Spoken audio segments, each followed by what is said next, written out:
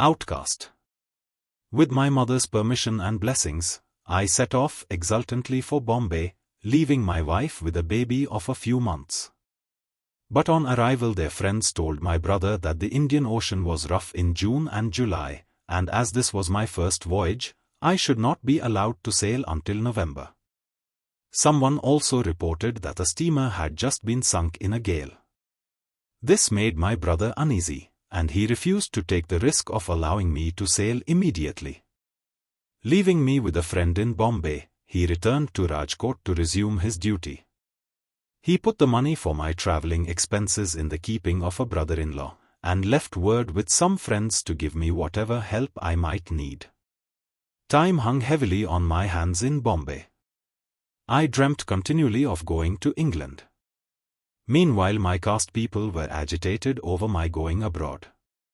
No more Baniya had been to England up to now, and if I dared to do so, I ought to be brought to book. A general meeting of the caste was called and I was summoned to appear before it. I went. Now I suddenly managed to muster up courage I do not know. Nothing daunted, and without the slightest hesitation, I came before the meeting. The Sheth, the headman of the community, who was distantly related to me and had been on very good terms with my father, thus accosted me. In the opinion of the caste, your proposal to go to England is not proper. Our religion forbids voyages abroad. We have also heard that it is not possible to live there without compromising out religion. One is obliged to eat and drink with Europeans. To which I replied, I do not think it is at all against our religion to go to England. I intend going there for further studies. And I have solemnly promised to my mother to abstain from 3 things you fear most. I am sure the vow will keep me safe. But we tell you, rejoined the Sheth, that it is not possible to keep our religion there. You know my relations with your father and you ought to listen to my advice. I know those relations, said I, and you are as an elder to me. But I am helpless in this matter. I cannot alter my resolve to go to England.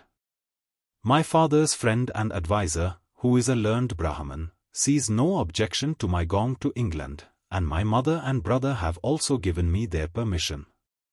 But will you disregard the orders of the caste? I am really helpless.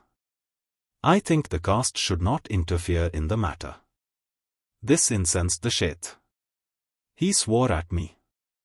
I sat unmoved.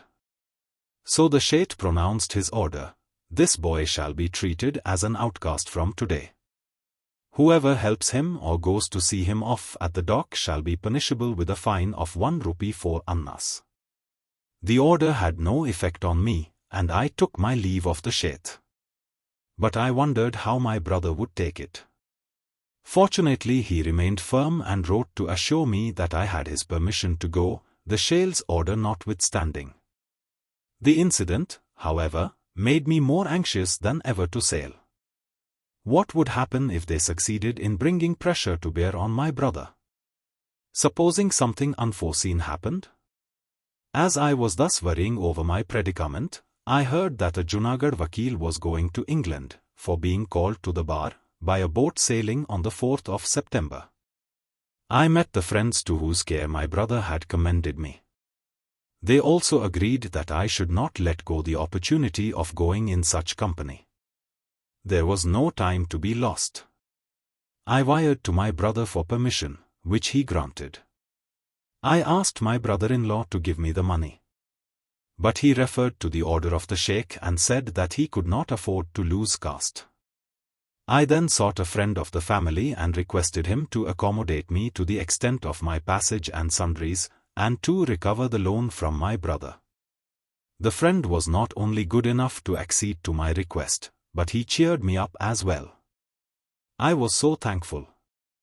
With part of the money I at once purchased the passage. Then I had to equip myself for the voyage. There was another friend who had experience in the matter. He got clothes and other things ready. Some of the clothes I liked and some I did not like at all. The necktie, which I delighted in wearing later, I then abhorred. The short jacket I looked upon as immodest.